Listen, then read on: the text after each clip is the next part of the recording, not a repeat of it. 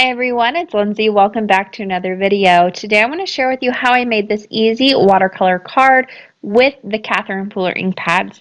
But first, I want to remind you to follow me across social media. If you haven't already, those links are going to be down in the description box below. Also, while you're down there, you can subscribe to my channel if you enjoy my content. And if you enjoy this video, the thumbs up button always helps. Here's a look at the 4 stamps I will be using on my project today. These are all from Cracker Box and Susie Stamps. Be sure to head down in the description box below to see all the supplies I'll be using today. And if you're interested in any of them, there will be links so you can easily find them in the shops where I purchased them. I am starting off with a piece of watercolor paper that measures 3 3/4 inches by 5 inches.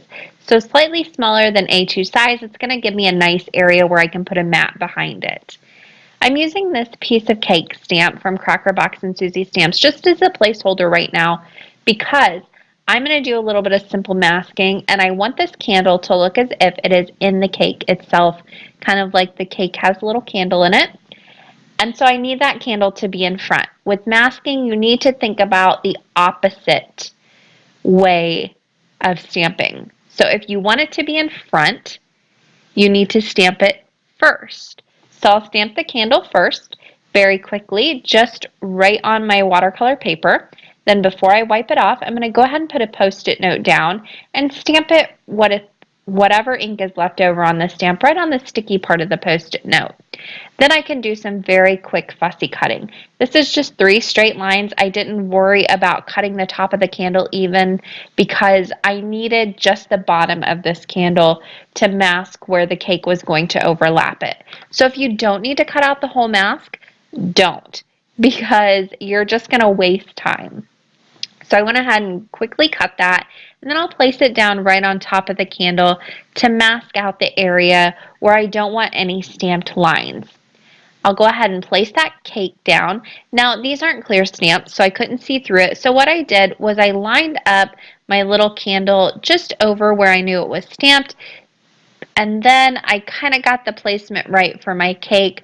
That just allows me to get everything just right on my card so it's not going to look all wonky when I finish stamping it and pull off that mask. That's a real bummer once you've done all that work. I placed that down, picked it up with the lid of my Misty, and I'm stamping it down with the Midnight ink from Catherine Pooler. I will be watercoloring these images, and this ink plays really well with watercolors. Now once I stamped that a few times, I peeled off that mask, and there is my little candle all ready to go in the piece of cake. For my watercolor, like I said, I'm using the Catherine Pooler ink pads. These are great for stamping. They are great for ink blending. There's a lot of different techniques you can use them for really well with just smushing on some paper if you want to color your cardstock a certain color, but they are also great for watercoloring. I am using my Arteza water brush to do my watercoloring here. You can use any watercolor brush that you have on hand. And I'm smushing down the ink pad on my craft mat.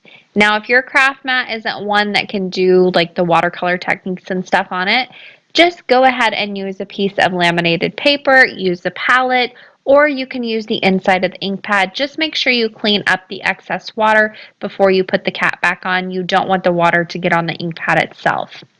What I like to do when watercoloring with these inks is first put down a color or a wash of color. Then I come in and start dotting in the darker color where I want it the darkest. So in this case, right underneath that icing and over on the left-hand side a little bit. That is just easiest for me. It's what works best. Do whatever techniques work for you with watercolor. These play just like watercolors. They keep reacting over and over. If you decide you want to come back in and rework them, they rework very well. So treat them just like you would any other watercolor. For the top of the candle, I'm using 2 colors here, and I put down just the tiniest bit of color. You don't need a ton onto my craft mat. If you're doing very small images, start with a little amount. If you need more, you can always smush down more later on. I use Sauna and Mandarin Spice for that. For the actual body of the candle, I'm using It's a Girl ink, which is a very light ink. For this, I'm just spritzing the right side of the ink. So I've got water and ink on the right side, and then on the left side I've got straight pigment from the ink pad. What I like to do is go in first with the water and the ink, put a wash of color down, then I'll come in with that straight pigment and go and dot it where I want it the darkest. So in this case I'm going on the left side and the bottom of the candle. Now here you can see I wanted to rework that brown a little bit, so I came back in with some water. It's reworking like a dream. And I'll show you that later on in the video too. When everything is said and done, I felt like the brown just needed a little bit more blending, so I came back in and reworked it. Now once I had the candle exactly how I wanted it, it was time to start with the icing. For this I'm using pixie dust. Again, I spritzed just the right side of what I smushed down and mixed that with water to create my overall wash of color. This is just going to dilute it down. Excuse my hair in the bottom left too. It was a crazy couple of hair days just because I didn't feel like doing anything with it.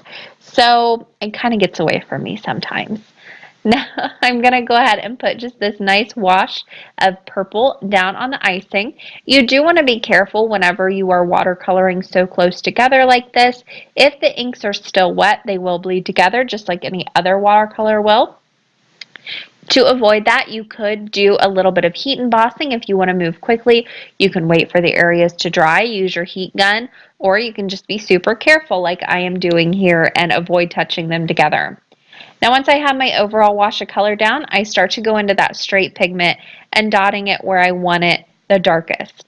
In this case, I'm going on the back of the icing, and I'm also going to go down the side and in between the cake layers too. This is super simple watercoloring. I am no expert. I'm not even a huge fan of watercolor. I love looking at other people's, but it's just not something that I enjoy doing a lot of. But this, I actually didn't mind so much. Now I felt like the brown needed to be reworked a little bit, blended out, so I'm coming back in once everything was dry, and I'm just blending that out one more time until I get that blend that I'm looking for. So once that was done, there's a closer look at the piece of cake all watercolored up. I absolutely love the way this turned out, and it was super easy, especially for a beginner like me. The only thing I wasn't happy with was I felt like the cake was floating in midair, so I added a little bit of a shadow underneath that. I created a quick mask with some masking tape and just a straight line across the background. I'm using a dye ink for this.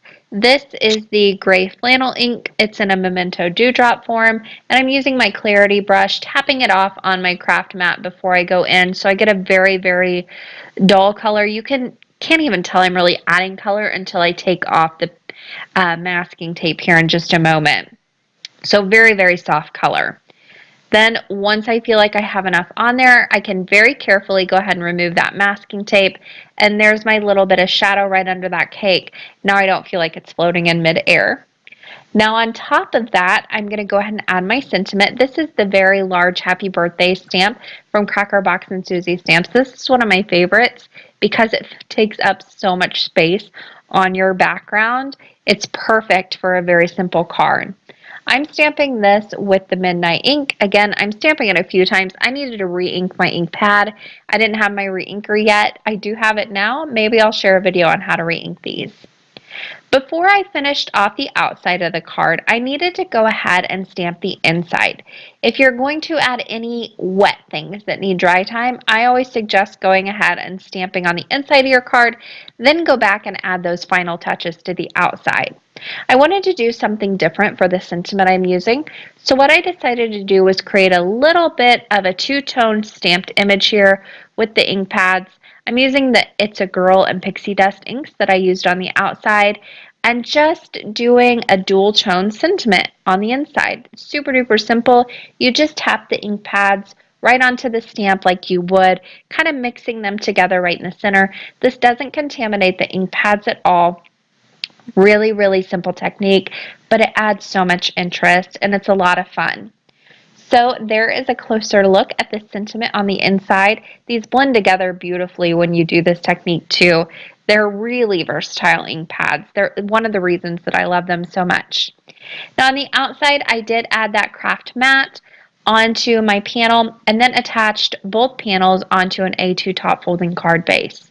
The final touch, I wanted to add a little bit of this diamond glaze. This is Judican's diamond glaze right over the candle and the flame itself, just to finish off and add a little bit of shine, kind of to draw the eye to that nice little stamped image there on the bottom. There's a closer look at that all put together, and a few final looks at the card. This one is super duper simple. All the work went into the watercoloring, which is fine by me, but there's one final look at the card itself, and that is going to do it for me today. There are going to be links on the left side of your screen you can click on. Don't forget all the information down in the description box below as well. That does it for me. Thanks for watching today, and happy crafting!